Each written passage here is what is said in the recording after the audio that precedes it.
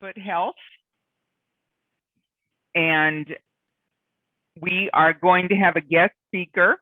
Andrea is going to share her testimony and what she's been doing to clear some serious toe fungus. Andrea, go ahead. Hi, everyone. I'm Andrea Aravena, and I've been, working with Dara for years on various things. And one of my big issues is my unfortunate toenail fungus. And I'm 39 right now. I just want to give a background of it because how bad it really is. It started when I was 12. So when I was younger, my house that I was born in had mold in it. We didn't know it. We knew it later after we realized all our symptoms and stuff. So I was constantly sick as a child, given antibiotics probably every 2 months at least. And my gut flora was destroyed. And then what happened? And then I would, forget my, gym shoes at home for school, and I would borrow somebody's gym shoes. And I was, obviously I picked up a fungus. My immune system was compromised because of all those nasty antibiotics. And there you go. There, my toenail fungus started at 12. And, I was devastated, obviously, because I was so young. And, and through the years, I didn't meet Dara when I was that young, but I was doing all kinds of different other, therapies. And at one point, I did some, cleansing and detox, and, they went away and then they got worse again. It was like a back and forth thing over the years. So then I had kids, and I didn't do that much with my stuff. They got really, really bad. I showed Dara my pictures, if anyone wants to see pictures, I'll show you as well.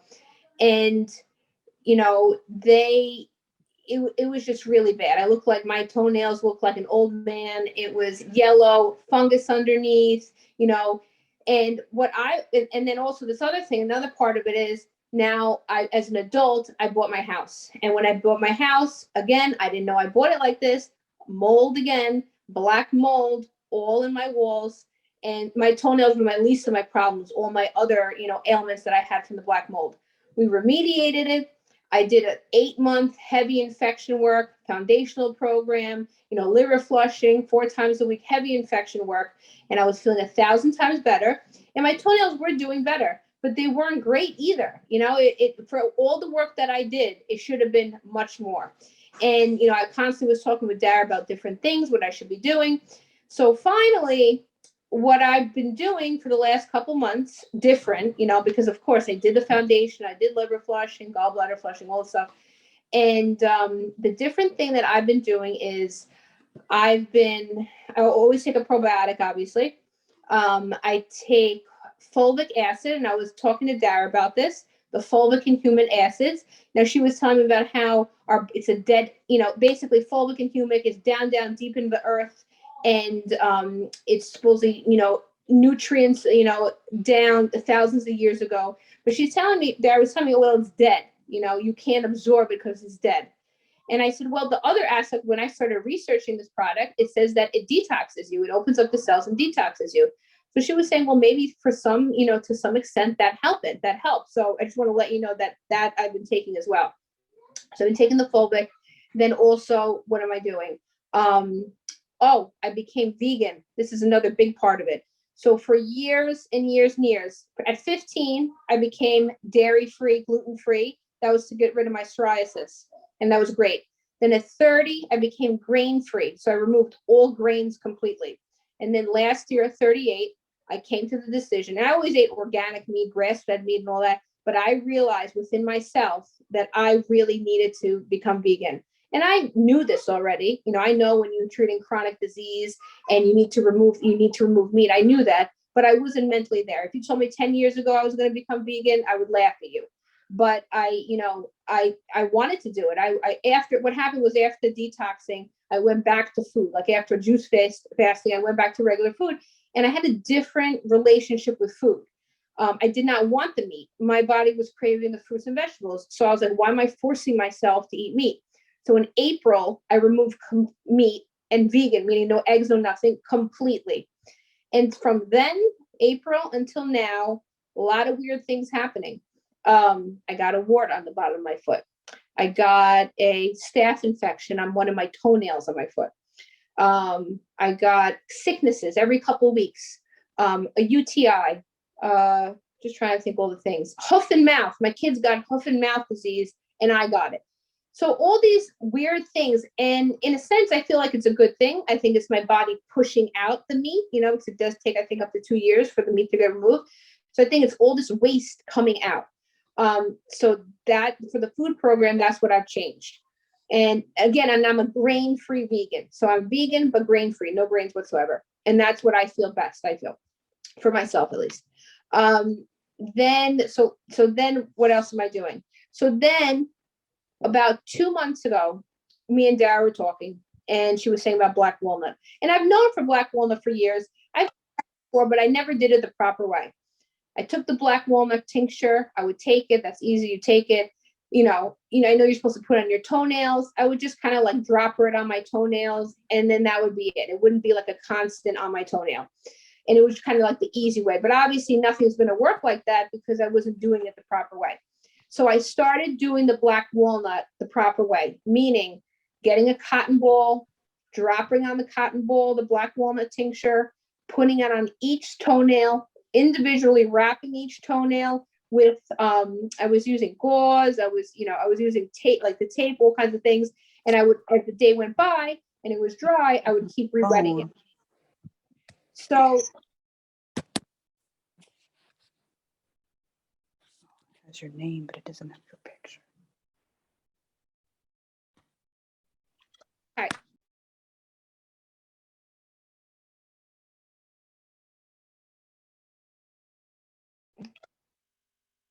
Okay. So I put the Black Walnut, and I would now have it on my toenails. I would wake up in the morning and I would wrap them and I would put them on for probably until midnight, 1 in the morning when I went to bed, and they would be on at all times. It was messy, annoying as anything. I had to wrap every individual toe, put it in the sock, destroyed all my socks, didn't care, whatever. And, and I was like, hoping it would work, and as the days go by, I'm not really seeing too much, but I was just praying that it would change. So then what happened? I stopped after not even two, maybe like a month and a half. My husband unfortunately fractured his pelvis. So, my husband fractured his pelvis. So then I had to stop because I had to tend to him. So when I was tending to him for 5 weeks, I wasn't doing it at all. So at that point, I was like, you know what? Let me tend to him. When he gets better, then I'll start again. And what I like to do in the wintertime, especially with my toenails, is that I cut them back. So every 2 weeks, I cut them back so they're short. I remove all the fungus underneath. My mom, she used to own a day spa. She was an esthetician, manicure. So, she told me how to cut toenails properly. So I knew how to do it myself. So I would cut them as short as I could just to remove all that, fungus. And that's what I was doing. Obviously with him, I didn't even have time to cut my toenails. So it was like a month and a half of me not cutting them. And finally I forced myself. I said, I have to cut them.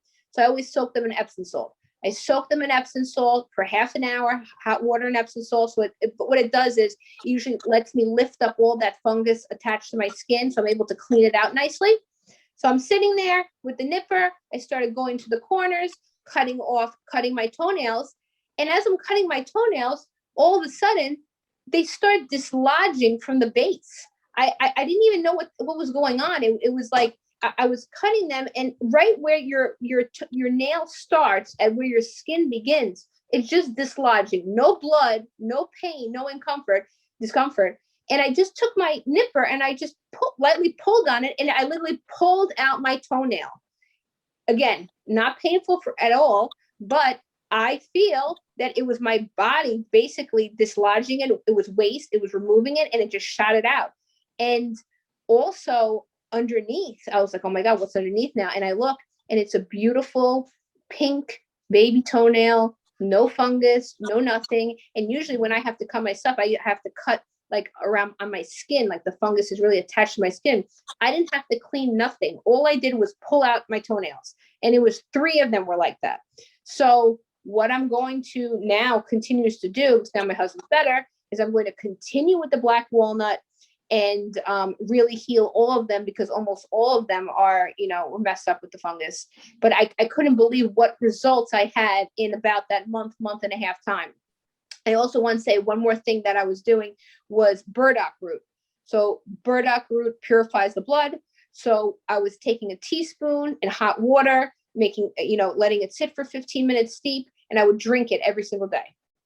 So those are really only the new things that I've been doing is the burdock root, the black walnut, the right way, the way that you're supposed to do it, the annoying way. And obviously taking my echinacea, taking my superfood, the foundationals, all that's a given, liver flushing, that's always there. But those are and the fulvic acid, that's only the new things. So that's really, that's my toenail story. If anyone has any questions or anything, but that's all I really want to say. I'm excited. I hope, it continues and all the other ones fall off. I'm like excited now. I'm waiting to pull out all my toenails, so that's my story. Let's finish up the part on athlete's feet. And the rest of the thing that we need to discuss for athlete's feet is what you do with your socks, your shoes, and to get the environment cleaned up so you don't reinfect yourself. Anything that touches your feet, when you have athlete's feet or fungus on your feet at all, anything that touches your feet, you take it and you stick it in the freezer, in the deep freeze for 48 hours, 24 to 48 hours. And that is going to freeze and kill the fungus from your socks. I mean, putting them through the laundry is not going to get rid of all the fungus. You're still going to have something there that can reinfect you. So, and of course, you cannot wash all your shoes. And nobody wants to throw out all their shoes and go buy new ones. You may want to, but it's a little expensive. So everything goes in the freezer, put it in Ziploc bags. It doesn't have to have the ice on them. Just seal them up, put them in the freezer, and let them deep freeze for a couple days. Anything that touches your feet at the beginning of the process. And then at the end of the process, that when you've got it cleared up, you will probably want the things that you've been wearing at that to that point to go ahead and freeze them again, just to make sure that you don't get yourself reinfected. So the deep freeze is how you would want to kill off the fungi in your environment of your feet so that you do not reinfect yourself as you're clearing them. All right. For just basic athlete's feet, the little bit of the itchy between the toes and all that, you can do your hot and cold. The hot water, you just soak your feet in hot water with a little bit of cayenne in it, and then stick them in the cold water with ice. And you would go back and forth between the two, 7 changes, 7 hots and 7 colds. That's going to help with circulation. It's going to basically bring blood and get the garbage out of your feet. They are the furthest thing from your heart. So of course, the circulation to your feet is never as good as what we'd want it to be. And then you would just use the black walnut salve, or if it's really bad, you would want to go ahead and even put the black walnut tincture, and you might have to pack that with mixing it with a little bit of slippery elm bark powder and actually making a paste and packing that in between your toes and around there if it's that bad. But most of the time for athlete's feet, the black walnut salve will be good enough. That will tend to do it. For warts, moving from, does anybody have any questions on fungus? Black walnut is the answer for fungus. Depending on if you have really serious fungus, then you want to, toenail fungus or anything like that, you will want to use the herbal extract, which is stronger. The problem, the reason that we shy away from that is because the herbal extract is a wonderful dye, and it is going to stain your toenails and stain your skin. The skin will slough it off after a week or so. The toenails do not. They will have to grow out.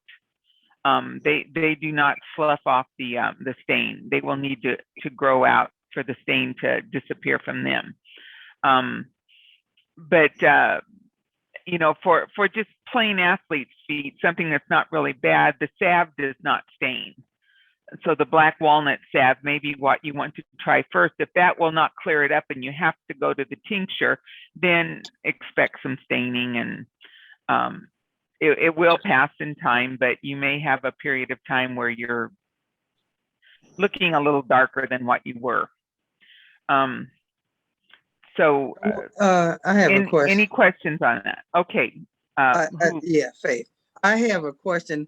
Now, what if your feet are you're experiencing dry, cracked skin on the bottom of your feet? I don't think that's a fungus. I don't know, but I just since the pandemic, I've experienced my feet around the heels and the bottoms of my feet being dry and cracked. And kind of, and sometimes it feels like it's itching deep inside. What is that? That could be a fungus. I used to get cracked feet, crusty cracked feet when I lived in the high desert in Southern California. And what I did then, not knowing what I know now, but what I did then was I would just pack my feet with Vaseline. And the next day they would just be soft and smooth and everything, but Vaseline isn't the best thing to be using in those cases. Mm-hmm. But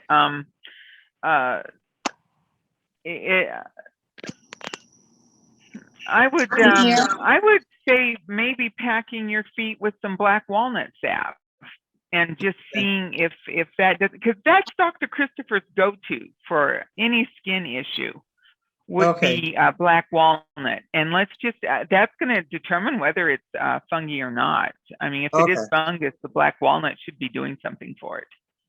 Hey, Dara. Mm-hmm. It's Genevieve. Oh, hi, Genevieve. Recently I've had plantar fasciitis on my right foot, and I started using the Nirvana on my heel, and it has taken the calluses off my heels. You're talking the Gentle Nervine salve? Yes. I'm so happy. So, the cracking, my left foot is still cracking a little bit, but my right foot, it's smooth as a baby. So I don't know how has that worked for the plantar fasciitis? Well, I think it's taking the pain away. Yes, it would take the pain away, but it's not going to clear the issue. What? The plantar? Yeah, the BF&C is going to clear it. I know the plantar is still the exercise, and I know what I'm just telling you this because she was talking about dry skin on the feet, and I don't know what's in that salve. What'd you call it? It's the olive oil. You're packing your feet in olive oil, and that is what's making the difference. Well, it's helping with my pain, and it's also helping with the calluses. It's taking the calluses away. I was having like really bad calluses on the right side of my right foot. So anyway, I just mentioned that because I was like, well, I'm going to do this for pain, and then it did something else too. So anyway. Yep. Now that's perfect. I mean, it's the olive oil that is very healing and nutritious to the skin. I would say what she's doing is perfect for that. The olive oil in all of the salves are made in olive oil. So whatever issue you have going on, if you've got the one, I would think the salve that is most restorative to the skin would be either the black walnut or the BF&C. Both of those are very healing for the skin overall. So, and they both are made in olive oil, which would definitely soften and help out the skin there. Okay, I'll try that. All right. Well, let's go ahead and look at one of the other conditions that's close to that is warts. If anyone has ever had a wart on their foot, sometimes they will form on the bottom of the foot, and I believe there's an actual name for the warts that form on the feet. Plantar's wart or something like that. But anyways, what you're going to want to do if you have a wart on your foot that's coming up on your foot is you take a piece of garlic, you slice it, and then you put the gooey side against the wart. And around the wart area, you would put a little Vaseline to protect the good skin, because the wart garlic is very caustic. And you just keep that taped over the wart until it dissolves it and it goes away, usually a week to 10 days. And the warts will disappear. And that actually is good for anywhere on the body. Any warts that you have anywhere, you can dissolve those with a piece of garlic, just fasten, band-aid it over them, put Vaseline around the good area of the skin so that it doesn't dissolve into the skin. Because like I said, garlic is quite caustic. Okay, now the other thing that we have to deal with is your corns, your calluses, corns, and bunions. And those are all pretty much dealt with the same way. Not as the warts, but similarly, what you're going to want to do with the calluses, corns, and bunions is you make a pack with your BF&C salve, and you just fasten over that. If you have the handout, you'll see my husband had a really bad one on his foot. I don't know if you all printed off the handouts, but he had I don't know if we would call it a bunion or a corn on the side of his foot. And it took a good couple months for that thing to completely dissolve and go away. So it's not a quick fix by any means, but it will clear it up. And then when it's gone, it's gone. The for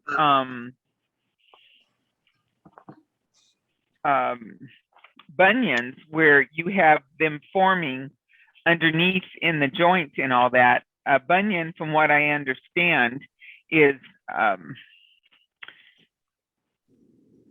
it's like the joint actually has something that grows in there and just kind of swells up. And the BF&C will clear that. It will clear the bunions, and but it does take time. And what you need to do to protect your feet from these things is not wear shoes that squish your toes together. Those pointy-toed shoes, those things are not, you need to have good fitting shoes where your feet your toes are not squished in the shoes.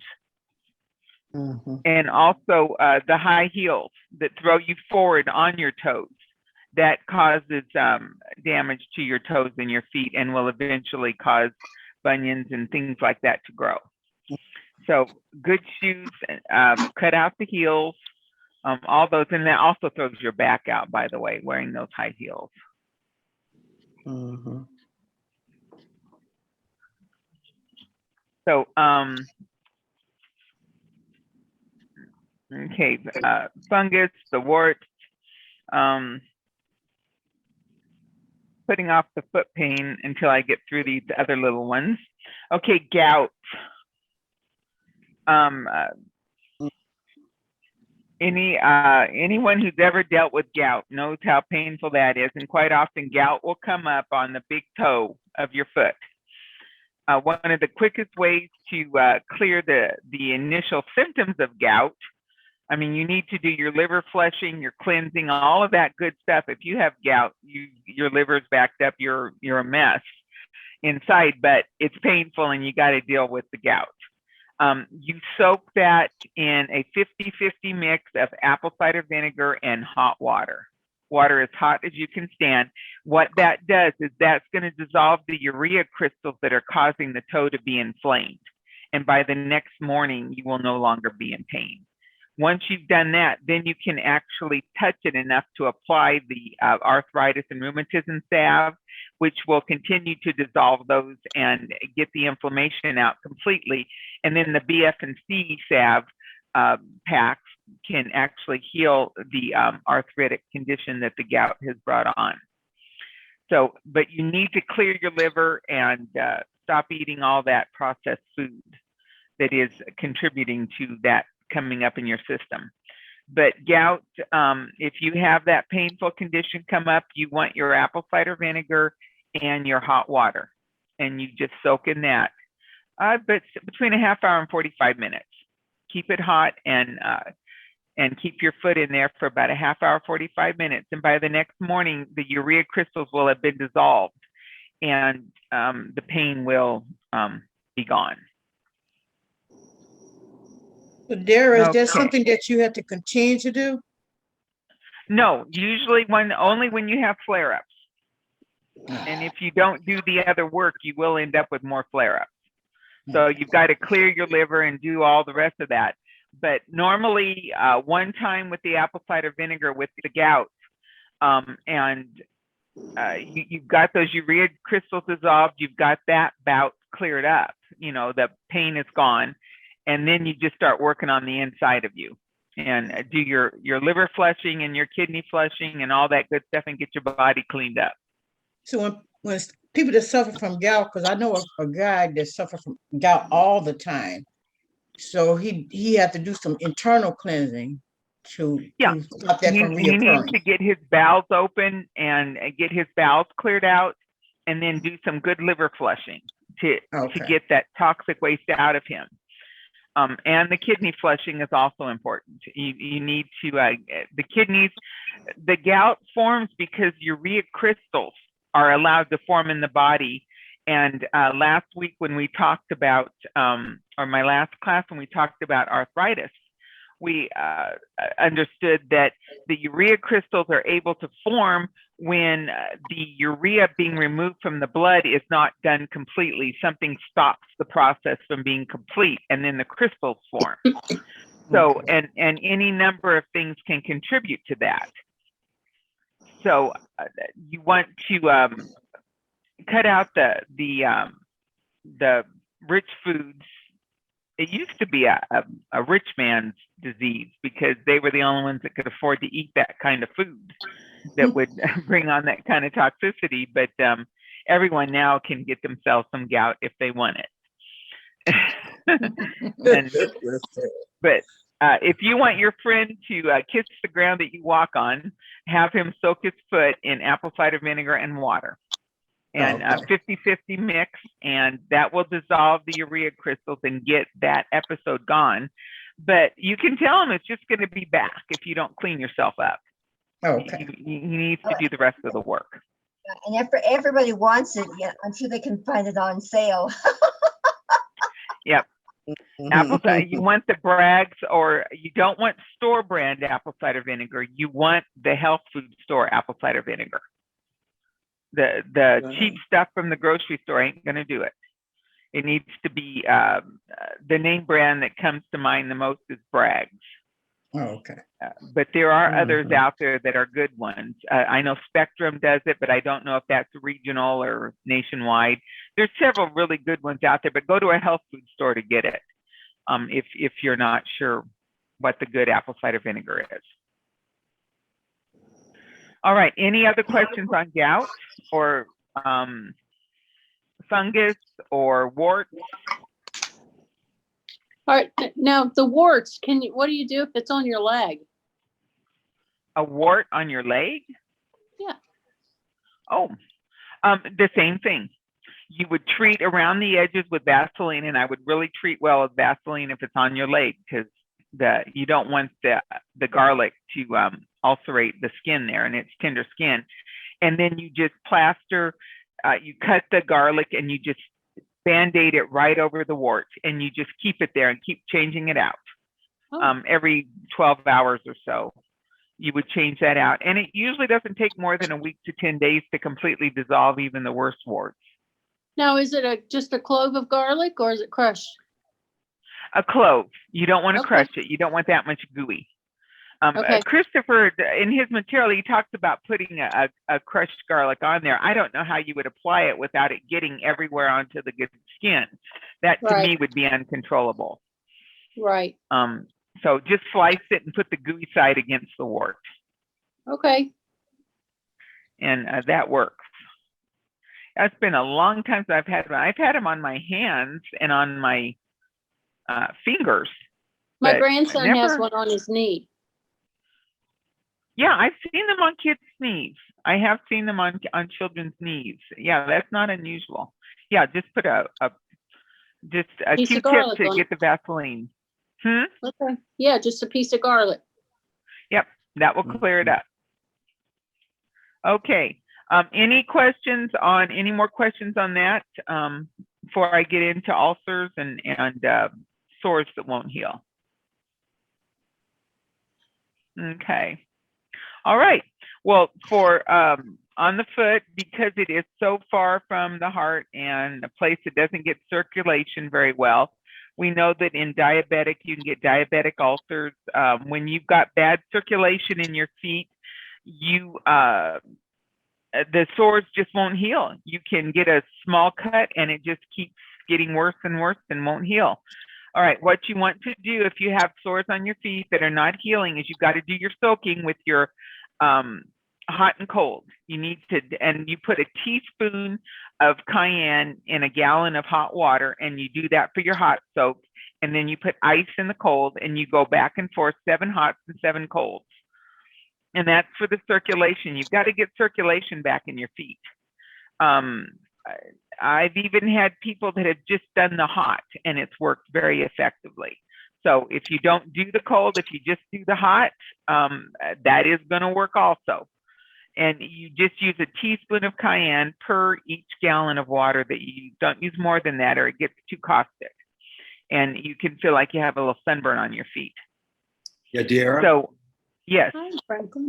When you're doing the hot and cold, how long do you do hot then back to cold? Maybe is it 15 seconds hot, 15 seconds cold? Is it half a minute?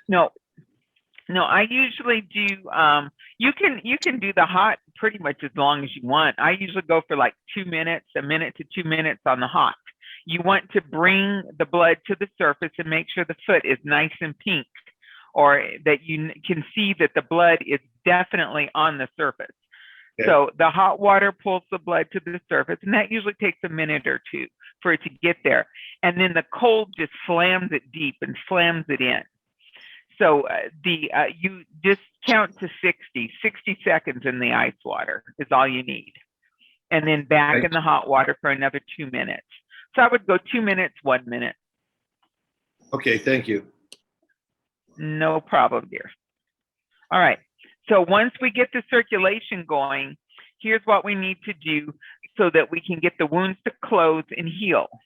When you have a wound that is open and it will not close and will not heal, you have to get the bacteria out of it. As long as there is live bacteria in a wound, the wound will not close no matter how well the circulation is. You've got to clear the bacteria out. So you'll want to do the charcoal flaxseed poultice one night is usually all you need to do that one. And that just purifies the wound and draws the bacteria and the fungi or anything that's in there. It's just going to purify that wound. So you spend one night with the charcoal flaxseed poultice. And then if it's a deep ulcer, you would want to pack it with the healing. You can make the healing salve. And it's a powder that you mix with either water or aloe vera gel or whatever. And you would just pack it right into a deep ulcer. And it's going to form a crustation, and it will actually heal from the inside out. So what's going to happen is that wound is going to just lose its depth. It's going to become more and more shallow until that crustation is just a scab on the top. And then if it gets hard and it doesn't want to come out, no big deal.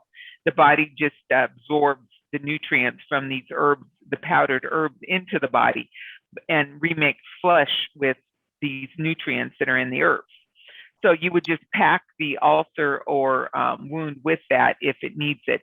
If it's just a shallow cut or something that just won't close, you can then, once you've cleaned it out and use the charcoal flaxseed poultice, go ahead and just put your infection salve on there and bandage it, put a Band-Aid on it or whatever, and it should heal up pretty quick. But do your hot and cold every night.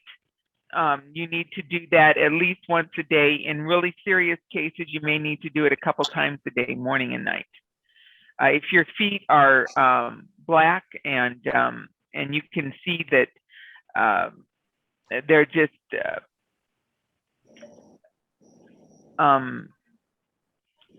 really turning dark, and there's no good circulation down there. You may need to do a couple times a day the hot and colds. My mother-in-law, when she came to live with us years ago now, her feet were completely black. I mean, they were purpley black, and there was hardly any circulation down there at all.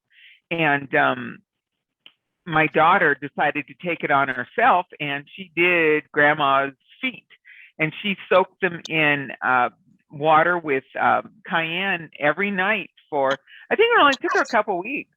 And I tell you, it was like she only did it up to her like a bobby sock level.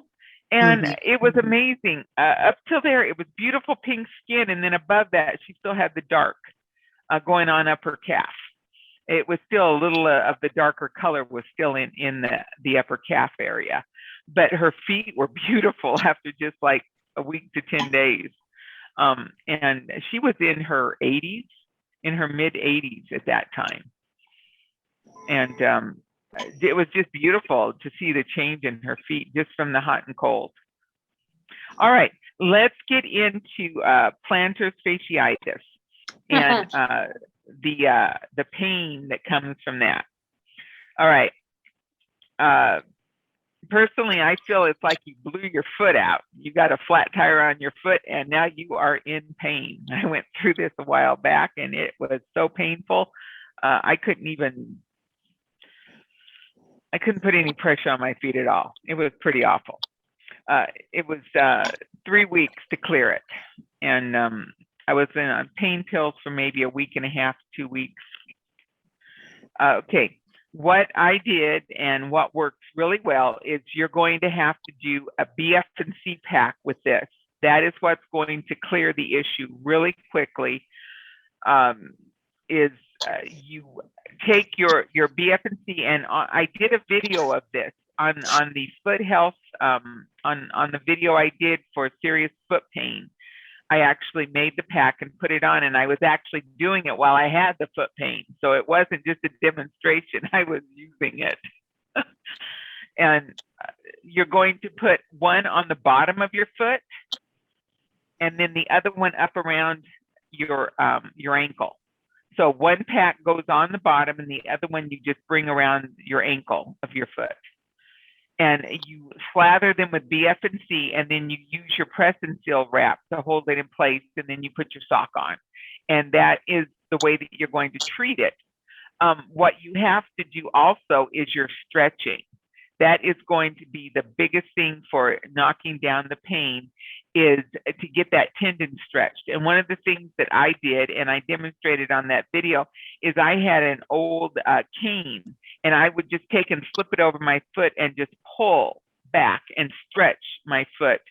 And that would often take it from like an 8 or a 9 down to a 2 or a 3 on the pain, just getting it stretched out. And then running my foot over a tennis ball. Both the tennis ball and the cane were the biggest stretches that I did. And then also you can stand up and put one foot behind the other and just lunge forward and stretch the whole, keeping your foot flat.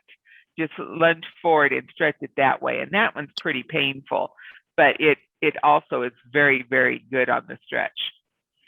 So any of the stretching things, I mean, there are so many videos on there that show how to do the stretches. You need to keep that foot stretched out and then apply your packs to it. And honestly, 3 weeks and it was over. It took me probably another week before I was able to get back out on the walking trail. I was up on my treadmill at 3 weeks, but getting out on the asphalt, I was a little leery to do that again. Any questions on that? I don't have a question, but I've had it for quite a long time, since May for sure. And I did do the packs. I've done everything. So at this point, I started using that pain salve, and then I started a stretching program from PBS on TV in the morning. And I would say that from 1 to 10, the pain was like 10 or 11, 12. I mean, it was bad. I'm probably down to about a 2 or 3. And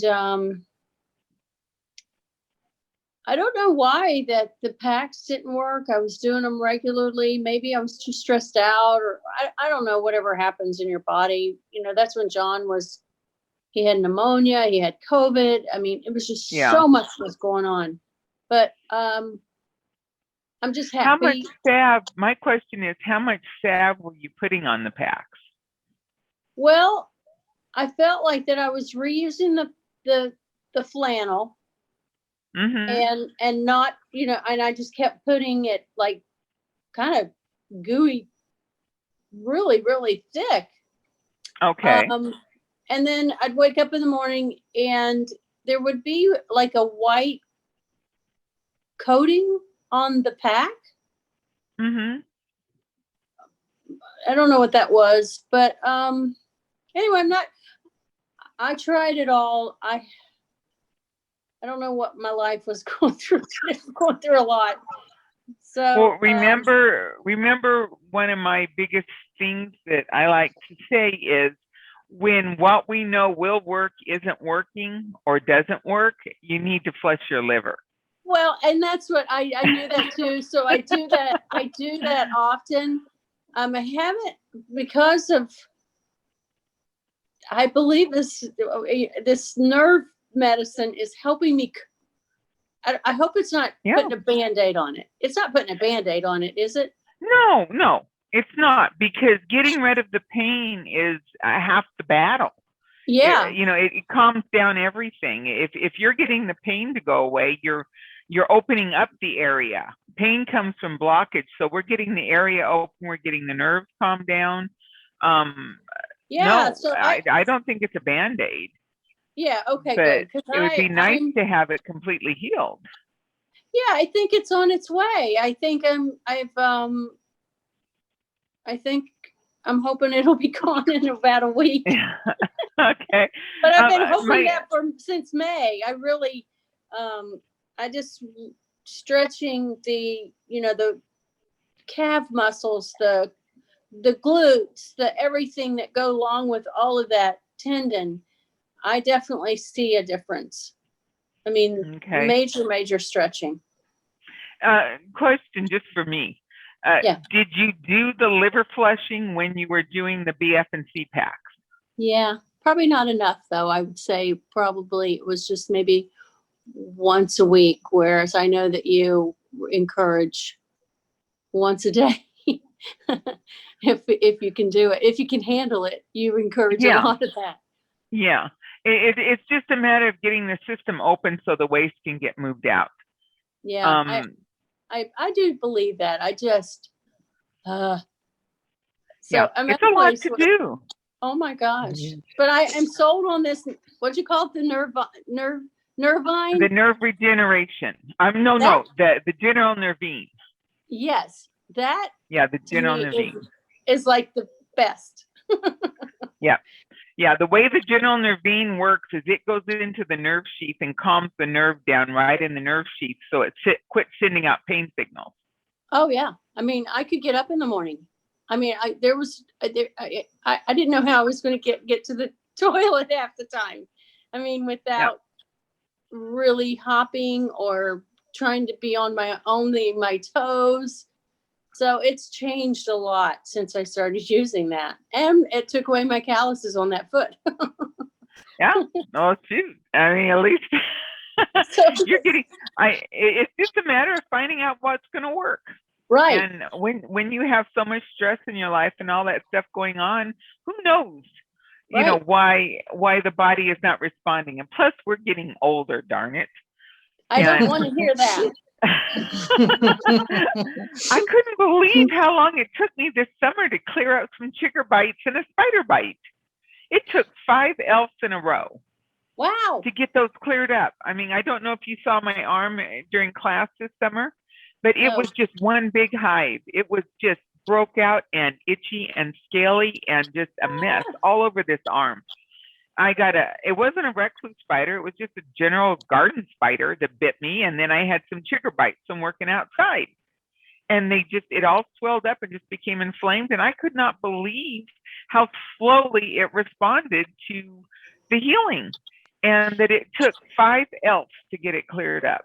Wow. 5 Well, elves you know, in a the row. other thing that when you did the arthritis lecture a couple weeks ago, I Mhm. started doing the hydrotherapy in the shower on my lower back Yeah. and my hips. And of course, that's affecting my feet too. So I don't know if the circulation, everything just started happening, because it's all been doing this change in the last 30 to 45 days. Well, try some serious hydrotherapy just on your feet. Do Yeah. the hot and the cold on your feet with the hot water in the cayenne and the cold water in the ice. Yeah. And circulation. It's all about circulation. So cool. I love it. Yeah. Thanks. All right. Any other questions on plantar fasciitis or any of these things that we have discussed so far? I have a question. Sure. When you're on that liver detox, and then sometimes you have to use olive oil and garlic and ginger, and I forgot the other thing. But can I avoid using garlic, especially when I'm going to work, because it reeks so bad? What else can I use? Okay, when you do an elf, you don't do the garlic. I don't have to do the garlic. No, an elf does not have garlic in it. Great. And that's the emergency liver flush, the ELF. Go to my blog and look up how to do an elf. How to do an elf. And that is, now I have to tell you this, an elf is not a detox in and of itself. It does not detox the blood. It does not, all the elf does is it just flushes that liver through. It's like taking a fire hose to one end of your liver and just flushing it through, and it just gets the waste out of the liver. So you're not doing any blood purifying work, and you're not killing off anything. You're just clearing the liver out. And then the liver, of course, being the vacuum cleaner of the body, it just starts pulling waste from everywhere and goes into turbo suck mode and just starts cleaning up all the messes in your body. So that's why the elf is so effective. But in and of itself, it is not a detox unless you use like the detox formula or the infection formulas, or whatever you're dealing with, the formulas to support that. But it has no garlic. There's no garlic involved with doing an elf. Okay. All right. I'll look at it. Yeah. And we've got a video on there where we had an elf party. We all got together, me and a couple of girlfriends, and we all 3 did it. Okay. Yeah, any other questions? you need to have like once a year where everybody's inspired to do an elf party at their home, and we get to compare notes. That would be great. Like, you set it up. Okay, this is the season, dude. Well, the homeschoolers around here, she does it. Our homeschooling mama, if you're off the breast, you get elfed when they have their big elf parties around here. All children, all husbands, everybody gets it. Wow. Okay. The other thing we haven't spoken of yet is heel spurs. Oh, yeah. Okay. That you get up in the morning, you feel like you're walking on glass. And, it's like, ow, ow, ow, ow, ow, until you get your shoes and socks on, and then you got a little cushion on that, and it's not quite so painful. What a heel spur is, it's actually not, I always thought it was a piece of bone that had gotten loose or whatever, but it's actually crystals or whatever. It's that tendon acting up. And it's the tendon there that connects everything underneath your foot. It's got little spurs or little tears or whatever in it, and that can be quickly cleared up. I've had them back in 2002, I had a real bad one, and it took 10 days with the BF&C pack on the bottom of my foot. And it was gone, and it's never come back. Wow. And our pastor's wife, she had one, and she's not all that herby, though she's done a few things with me, but she actually fell in love with the BF&C when she had a bone spur, and she started using it, and just thinks it's the best thing in the world. And she's an RN, and she did not want to have her feet operated on, so she went and did the herby thing first, and it worked. It cleared up her bone spur. So I have a question for you. With the salves, you know, I have BF&C salve, a couple of containers. They do get old, don't they, over time? At some point, because I know that they change color, or they smell different. Yeah, if it gets, you get about 12 to 18 months on it. Okay. You can store them in the refrigerator and probably get a little more time. Just realize there's olive oil in there. Right. I mean, they're made in olive oil. Right. So 12 to 18 months. I've used some that were 18 months, and they still seem to be fairly effective. The M&L with, you know, the Mullen and lobelia, it still had its effect to ease my headache and work that way, but it wasn't smelling that good anymore. It was starting to smell a little rancid, but yeah, in the middle of the night, it's what I had upstairs, so I used it. Right, yeah. Dear, what about toes that kind of like cramp on top of each other? I don't know what you want to call it, but I think they're called hammer toes, aren't they? When they do that, when they that's what my left foot does. Yeah, it crosses over. Yes. It feel like it's like I can feel the cramp, like it's cramping over. I was told by a podiatrist that I had like arthritis in my big toe on my left foot. And then now it just started like it feel like it's trying to crawl on top of each other. Okay, and you said cramping. You used the term cramp. Yeah, it feels like that is the muscle that goes between your big toe and your next toe toward that muscle right there that leads up into that where they meet at. I feel a cramping of my feet right there. All right, what I want you to do is I want you to put the M&L salve on that. Pack it with the M&L salve when it gets crampy. That will take the cramp away and ease up the spasm. And then the bone, flesh, and cartilage is going to strengthen and restore the tissue, the tendons, the tissue, and all that, so that they can hold themselves in the place that they're supposed to be. And then quit wearing those tight shoes and those things that make your feet go bad. Since COVID, I don't wear shoes, period. I don't go out the house, Holly. So I don't know why it's acting up now. Before COVID, I wouldn't have any issues. But now it's just like they're just cramping all the time. Well, you do need to have some foot support. You need to wear shoes. You need to go out the support house your feet every now and then. Yeah. Around the house? Yeah, well, even when you're in the house, you should support your feet. Oh, okay. I mean, a good pair of, I have a pair of slippers that is, I can actually walk on my treadmill in them. They're ones that you just slip your feet into, but they've got a good solid bottom. And they do support my feet. And I mean, you walk around and your feet are just being squashed down. And I mean, if you ram your toe into something, anything, you need to support your feet, the structure of your feet and all that, especially when we're getting older. What kind of shoes do you have, Dara? I'm looking. I fell and really hurt my foot. My physical therapist told me to wear shoes, and I had them on when I fell. And now I have this black and blue foot. So, I'll show you my shoes. Oh, okay. I wear these shoes everywhere. They're Reeboks. And I don't know. Can you see them? I can see them. And Yeah, they are very comfortable. I have two pairs. One that I wear out in the mud. They're both the same thing. And one of them is a muddy one that I've let get dirty, and I scrub them clean every so often or whatever. But these are the ones I keep for everyday wear when I'm not wanting to look like I've been tramping through the mud outside. Yeah, well, I'm like this other person. I didn't wear shoes. I thought that was supposed to be healthy. And now my physical therapist says, no, you need to wear shoes all the time in the house. So okay, I'm trying. It's very hard. Yeah, going barefooted is not what you would think it is. It's No, I thought it was good. Oh, no, I well, can't go it is barefoot. good No. a little bit, you know, just to walk in the grass or something barefooted, or, you know, just take your shoes off every once in a while and walk around outside, you know, a little bit barefooted, just so you get grounded and all that. But Yeah. spending day in and day out without shoes on, your feet don't take it well.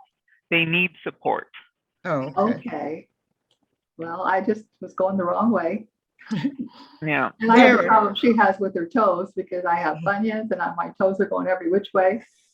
And since they're all swollen up, it's really uncomfortable. I keep putting them back sort of where they belong. But Yeah. looking forward to The bunion thing, you weren't here yet. You came in a little late on that, but you want to do your BF&C packs on your feet. BF&C Packs. Oh, okay. The BF&C that. packs for the bunions and all that. And Now I'm using CBD. Is that bad? Say what now? CBD balm. It's a cream. It has no THC. I got it at my doctor's office. I'm It not helps familiar pain. with it. No? Oh, it you've heard helps of- with the pain. Yeah, you've heard of CBD. People do something bad with it. I don't know. Here, everywhere, there's a green leaf store or something like that. Oh, you're talking about the marijuana. Yeah. Stuff. I don't know if it's marijuana. Okay. I asked my doctor and he said, no, this is good for you. He had It's a mixture with marijuana honey. without the THC, Yeah. and it's supposed to work for pain. Well, actually, I think our pain salve works much better, and it's more in the package God put it in, so it's more of a complete thing. Genevieve was sharing earlier that the General Nervine salve was very good on her plantar fasciitis. What kind of salve? The General Nervine salve, our pain salve. Oh, okay. I hadn't heard of that. Yeah, we've had the pain salve for years and years. I thought you'd even gotten some at one time. If I did, I've forgotten it. I don't remember anything either. So Yeah. It's the General Nervine, and it's a pain salve. The Nervine herbs actually go into the nerve sheath and calm the nerves down right in the nerve sheath, so they quit sending out pain signals. Oh. So it will actually stop the pain without numbing it. So you still can feel the area. You still know that it's damaged. It's just it doesn't hurt anymore. That's what the AR Yeah, see formula Genevieve do. shaking her head. Yeah. The AR formula works like that too. That's some great stuff, the AR formula. Oh yes, the ANR, arthritis Yeah. and rheumatism, Yes, that that's dissolves some the good urea stuff. crystals and takes the inflammation down. Takes that It- pain away. Yeah, then it does. too. Inflammation causes pain. Yeah. It Can I really sh- works my well. foot is inflamed and it's black. It's from so much bruising. And I got into the arch of my foot, the heel of my foot, and the top of my foot. Top of my foot's red. One of these things would be best for that. Say that again. I got lost somewhere in the middle of that. It's no wonder. When I fell, I got the arch of my foot underneath black. My heel hurts, and the top of my foot was black, and now it's red, and still it's going down, but very puffy. I couldn't get a shoe on if I had to. So which Okay. one would be better? I would go with the pain salve for you can rub the pain. You don't have to pack the pain salve. You can rub that on and it will work, and then just pack with the BF&C on top of it. Then BF&C on top. Okay. Yeah. And in the future, when you take and bash yourself in like that, if you have to do those things to yourself, Yeah. have your arnica oil on hand and you will not bruise. Really? I wish I'd known Yes. that. Arnica oil will prevent bruising. It really works. It is not a wise tale. It actually works. You put that arnica oil on right at the time of the incident when you bash yourself in, however you want to do it, and you will not have a bruise. It prevents bruising, Okay. 'Cause which this started prevents swelling and really keeps the pain down. Wow. Wish I'd known that. I've been suffering for a week. Yeah, after a week or so, it's already set in, and I don't know that arnica oil would do any good. I've seen it do good after 24 hours, that it's reversed the bruising and just ended it all. Yeah, I just didn't know. But a week down the road, I think you've passed Too the late. point. Yeah, Yeah. okay. Hey, But Dara. just get some arnica oil and keep it in your medicine cabinet. Next time you decide to smack yourself, use I it. will, yes, yes. I don't plan on doing that again. No. Hey, Yes, Dara.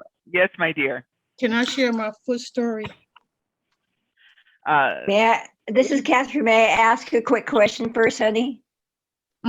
Yes. Okay, so the uric acid, is that also the acid that is or the substance that is produced by the kidneys that we're attempting to cleanse? Yes. Yes. That is what Okay. we were talking about in our last class. Okay. That forms into, it hardens and makes arthritic issues in the body. And the uric acid crystals go in and inflame joints and cause gout, cause arthritic pain. And so if you have a painful joint, whether it's arthritic or not, if it's painful, you want the A&R staff to get those urea crystals dissolved and out of there.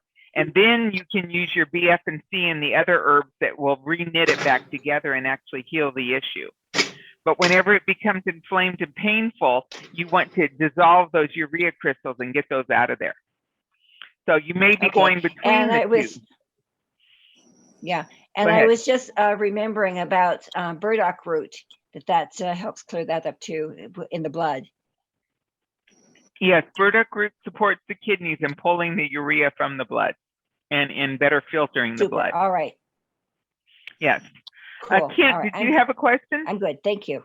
Well, you're welcome. Yeah. My Catherine's gone to a deal at church, but she wanted me to ask you what else there's to know about hammer toe because it runs in her family. And her brother, Gene, that my son David farms with, had surgery on his feet because of it. Now he's having arch surgery December 30th. So. Oh, that's such a slippery slope. Once they start cutting on you, your quality of life just goes down the tubes. Oh, I know. So, do you have an answer to that, Dara? The hammer toe? The hammer toe. You wanting to do your BF&C? It's what BF&C repairs abnormalities in the bone, flesh, and structure, and the bone, flesh, and cartilage. Thank you. And so it knits the body back together. It's got the nutrients and nutrition in there that can knit the body back together. Whenever you have a weakness in the area, things like the hammer toe, and honestly, I've looked in here and I was looking for hammer toe and I don't see it. Can you tell me, Kent, what if you know by chance what causes the hammer toe, why it was allowed to form in the body? They tell us it's genetic. And Uncle Gene's kind of a big guy, but his big toe was shorter than the next toe. I remember that. And somehow they shortened the second toe or something. He had rods in his toes and couldn't walk. He's a farmer, so he did it in the middle of the winter. And it helped him, the surgery, but I agree with you. You know, you got to be careful. All these surgeries are just for the doctors and the insurance companies. Yeah, it's a real slippery slope. When I was growing up, my boyfriend that I had when I was a teenager, he was born with spinal bifida, and that's where the spine is sticking out. Right. And they put the spine back in and sewed him back up, and he lived. But from the waist down, he was a mess. He had hammer toes. He had his ankles were fused.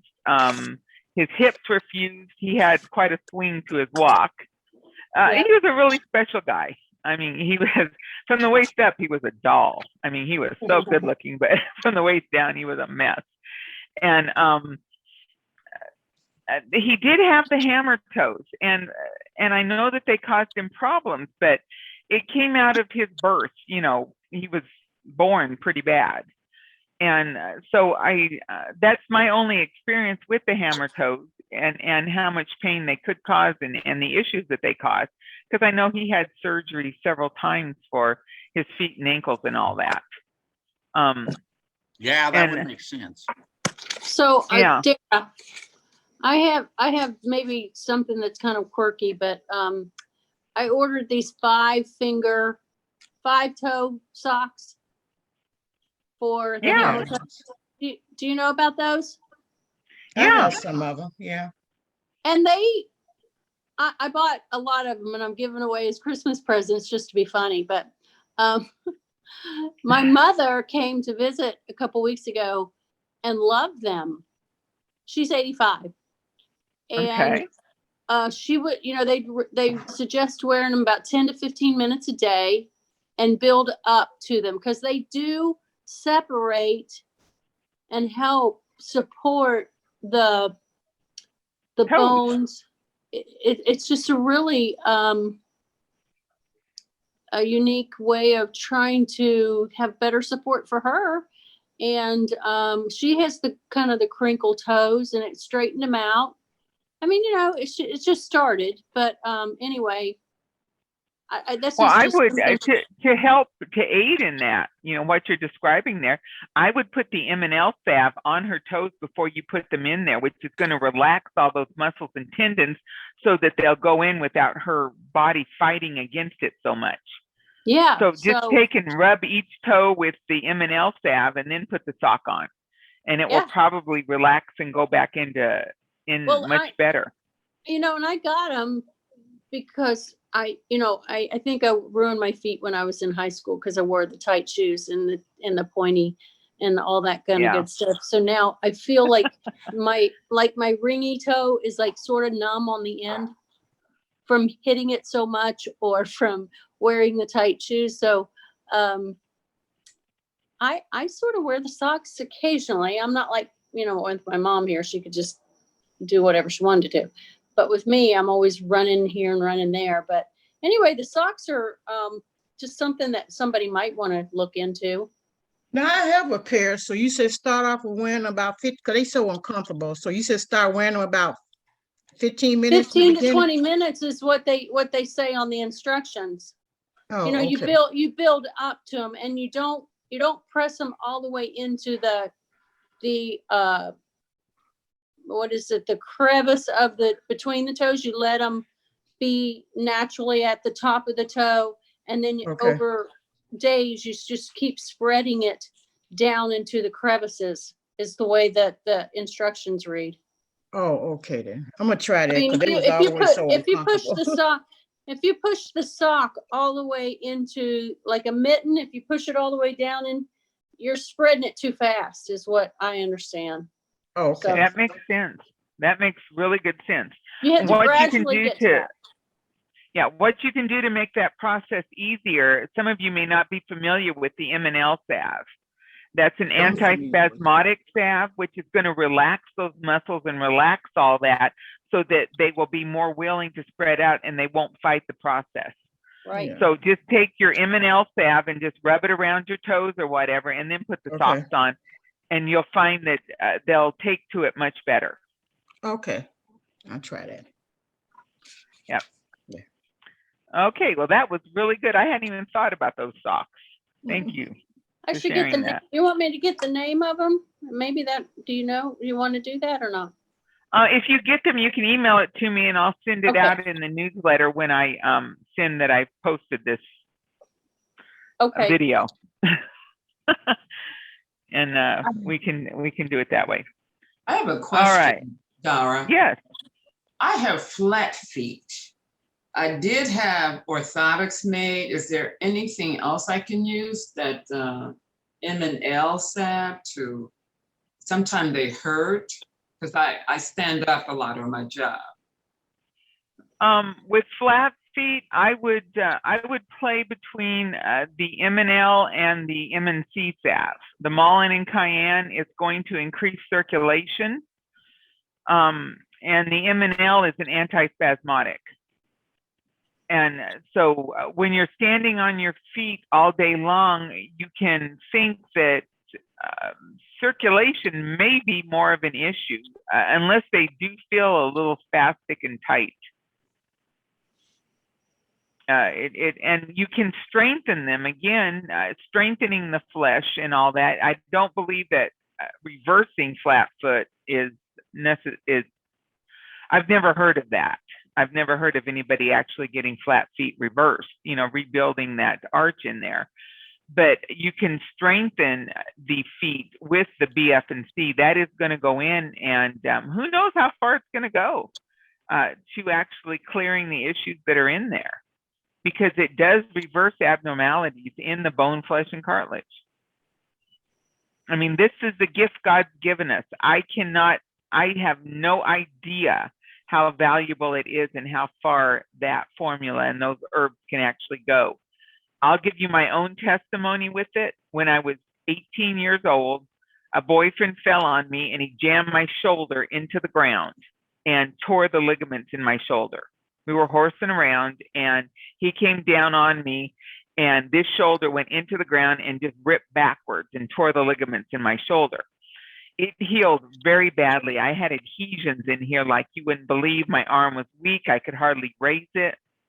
A chiropractor at one point went in and tore some of the adhesions free, you know, just pulled my shoulder back and cleared some of the adhesions, and you could hear him ripping and tearing in there as he was trying to clear them. An adhesion is where the flesh, it's kind of like everything in there starts sticking together and just healing in whichever way it wants instead of the way it's supposed to. And it just kind of bunches up and heals together in there. And so that cuts off circulation and everything. Well, okay, 20 years down the road, 20, 25 years, whatever, down the road, I discovered BF&C. And I began using that formula because in '85, I was in a car accident and my head went into the windshield and I broke a vertebrae in my lower back. And it would just land me on the floor. My back would just suddenly say, I'm done. And I would be face down on the floor. It would quit supporting me. And when that's happened to you a couple times, and then you're just in a spastic back for a few weeks until your back decides it wants to do it again. It was pretty miserable stuff. And so discovering BF&C, I haven't had a back spasm since the first month or so that I began using that stuff. It just ended all my back spasms. But about 3 or 4 months down the road, after I began using it, I woke up one morning and my arm just had shooting pains all the way down it.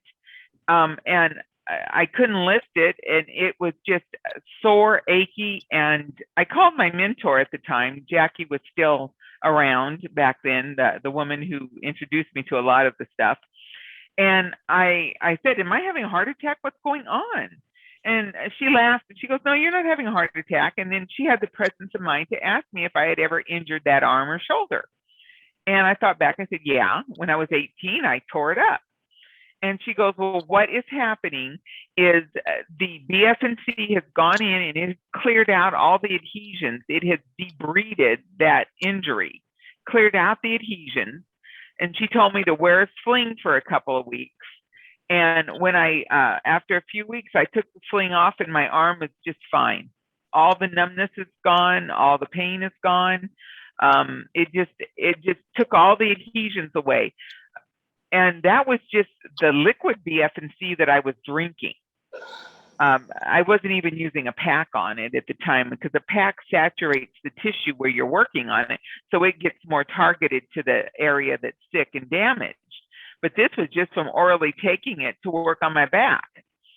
So I can tell you, BF&C will go, it's got powers and properties that really go deep and just start cleaning house in your body. If you've had an old injury that has healed poorly, don't be surprised if it wants to remind you of that when you start on some BF&C tincture on a regular basis. It may need to go in and clean that up a bit. And so you just support it while it does it, and then it will be over and it will be much better. So thinking about flat feet and all that, I would say use it. Just see what kind of benefit you can get from it. But in the meantime, for the pain and the discomfort, the general nervine is good for nerve pain. So if you have shooting nerve pain coming up in your feet, I would definitely want to rub them with the general nervine salve, and just to take care of that nerve pain. And then the circulation can be increased and improved with the M&C. The cayenne is great circulatory aid. If there's a spastic issue going on, the antispasmodic is the MNL. So would that all that stuff be good for diabetic retinopathy? Yeah. I'm sorry, And, for the neuropathy. Okay. yeah, getting the them mixed up. neuropathy. I knew what you were saying. Yeah. But the neuropathy, the big one for neuropathy is the M&C. That one is all about circulation. And then you also need to do your hot water soaks, your hot and cold for circulation. And I've actually been talking to someone recently who has been doing that, and she has told me that the hot and cold is definitely effective with the neuropathy. Oh, definitely. It really is helping. The BF&C tincture, when you're really working to clear an issue, you want to do a teaspoon every 3 hours. If it's just a moderate work, 3 times a day. So for intense work with the BF&C tincture, it would be 1 teaspoon every 3 hours. Okay. When you're healing a major issue, when it's just minor, not pain threatening, 3 times a day. Just play with the 2 doses. The day that I tore my knee up, I took a tablespoon every hour. Okay. When I fell and tore up my knee, I did a tablespoon of BF&C every hour. My knee never swelled up and I was never off of it. And I heard it rip. In water? Pardon? Did you put it in water? You just drank a teaspoon for it every. Oh, no. You make a cup of tea with it. Oh, okay. Okay. You add it to hot water. It's quite bitter. It has a black walnut in it, so it has a bitter bite. Okay, don't bother. Hey, Yeah. Dara. Don't make me better. I don't care. Yeah. Hey, Dara, did you say the neuropathy you do the B, C, or BF&C? For the neuropathy? Yeah. The M&C, Mullein and M&C. Cayenne. Mullein. Yeah. Mullein. Oh. Yeah, the Mullein and Cayenne. That's Dr. Christopher's remedy for that. And that's yes, a salve? you can add honey to sweeten any tea that you want to. Is that a salve or a tincture? Yeah, no, the Mullein and Cayenne is a salve. Yeah, okay. No, Dara, I had sent you some pictures a while back, when I messed up my feet. And I kept asking you, was it gangrene? Because I had got a blister on my feet, and it just escalated into horrible. It was spreading to my toes. And then like the top of my big toe was turning black, and I had a spot on the side of my toe, and I kept asking, I sent you the pictures. And the remedy and the routine you told me to use, it actually saved my foot, because if I went to the doctor, as a diabetic, they'd be wanting to chop everything off instead of trying to treat me. But that routine, I used what you call that poultice, that black charcoal poultice. Charcoal I did that flaxseed poultice. I did hot and cold treatment continuously. And all that healed can my be done feet. repeatedly. It is man, it's like you can see a little mark where I had the sore at on the foot. But it was so amazing. And I had jacked my feet up so many times, because the first time I jacked it up, you helped me too, because I had took one of those petty eggs, because I hate calluses up on the bottom of my feet. So I'm just scrubbing the petty egg up under my feet, and when my feet wasn't wet. So next thing I know, I'm looking down, because I'm watching TV and just scraping the callus off. And I look down and the whole thing is bloody. Oh my goodness. And I said, what? Because I didn't feel anything. I don't feel it in my feet. Yeah. So I think I sent you the picture of that. Up on the sole of my foot. It took me 4 months to get that off my feet. Then I turned around and did it 4 months again. I got another instrument trying to get this callus off. And the same thing happened again. And then the light bulb goes off, because a friend of mine's husband, who's a diabetic, had went to the doctor to get the podiatrist to get the calluses taken off his feet. Once they removed the callus, it exposed the ulcer. And the ulcer got infected, And okay, they giving him all these antibiotics, nothing is working. So they had to end up start amputating his toe until they end up amputating his leg. Oh, and so then the that is second time so sad. around, when I did it, I said, oh my God, the calluses are protecting your ulcers.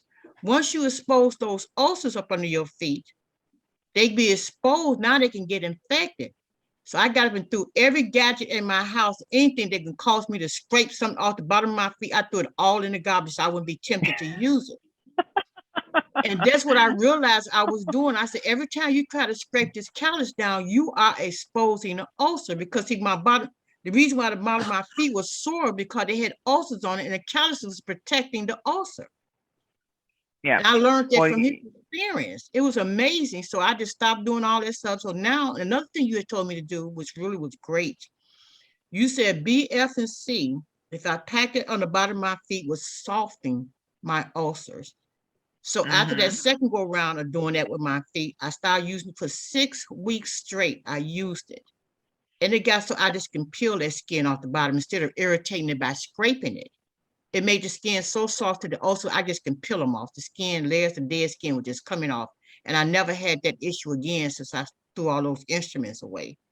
But I really want to thank you for that, because they would have been a cut off my foot by now.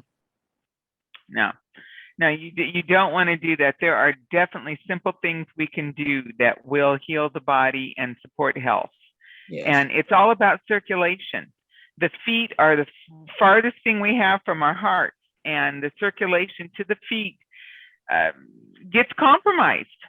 I mean, we're sitting around on our butts. It's cutting off circulation down to our feet and our legs. And we just need to make sure that we keep that circulation good. So the hot and the cold is very important, doing that.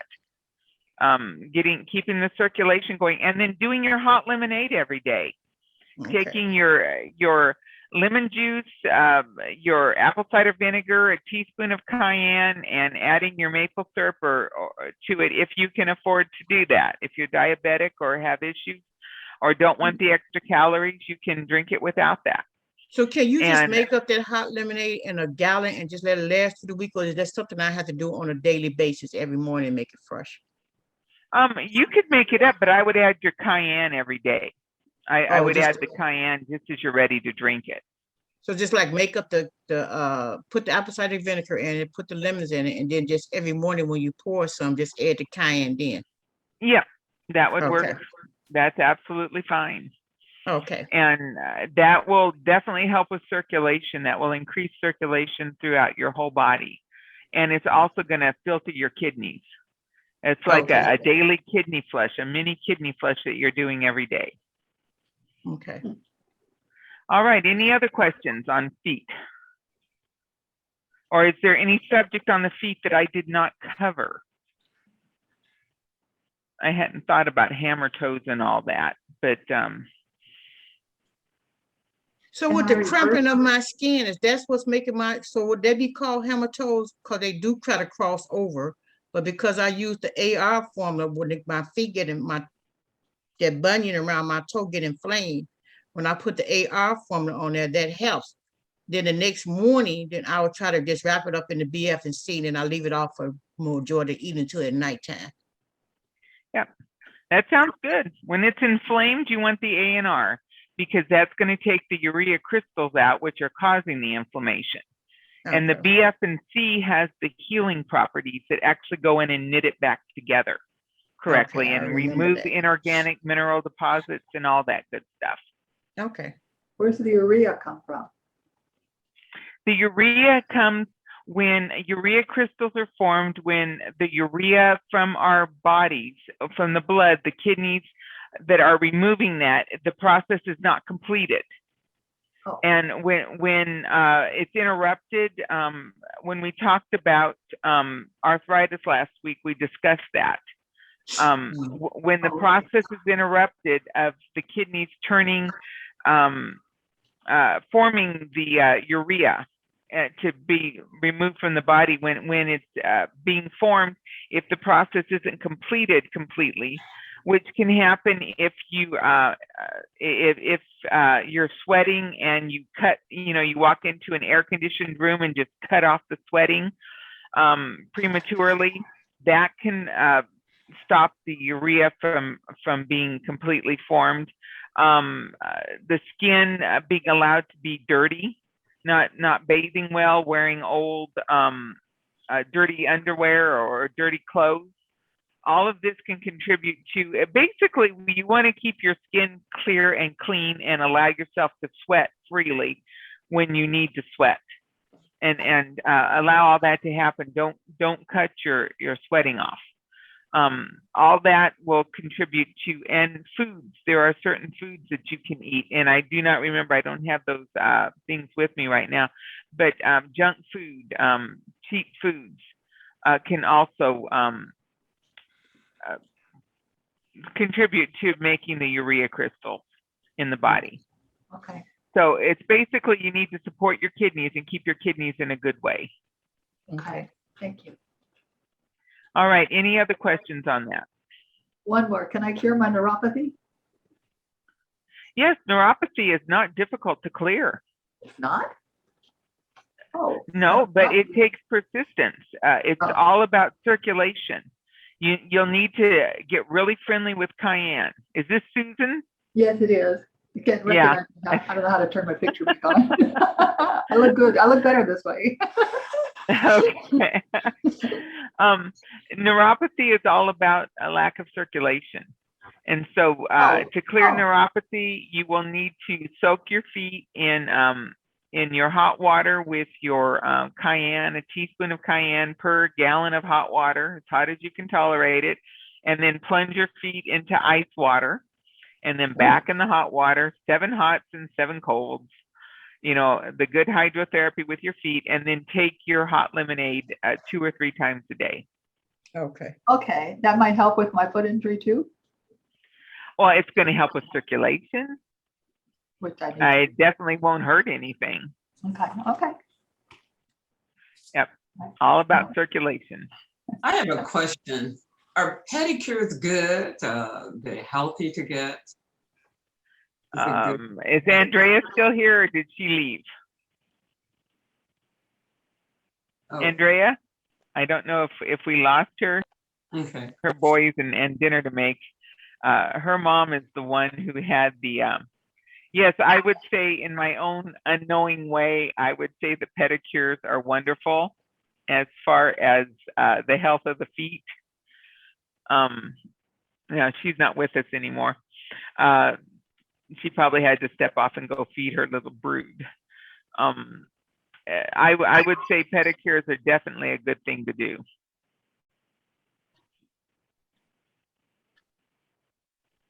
Genevieve, you're blocked if you were talking. I think you need to be careful where you go, though. Yeah. I mean, there's a difference between a salon where you're just there's an appointment and you're the only one, and a big place where there's 20. I just think my experience has been kind of iffy on the ones that with the 20 seats, but that's my personal opinion. Just be careful, the cleanliness. Yeah, I think it's one of those things where you have to go, you get what you pay for. So if you're looking for a cheap salon, that aren't going to charge much for it, I would be leery that they were going to be using dirty instruments and everything else. That's what makes me so afraid to go to as a diabetic, and if there is a cut on my feet, I won't feel it. And if I go to some places like that and put my feet in pools that everybody else been in, it makes me scared. That's why I don't go get them. Yeah, well, I would only go to some place. Yeah. But you said again? They do change the water out and disinfect them, but it's still, if you're susceptible to anything, you just got to be careful. Okay. I would only go where I got a good referral from somebody that I really knew and that I knew that they were good.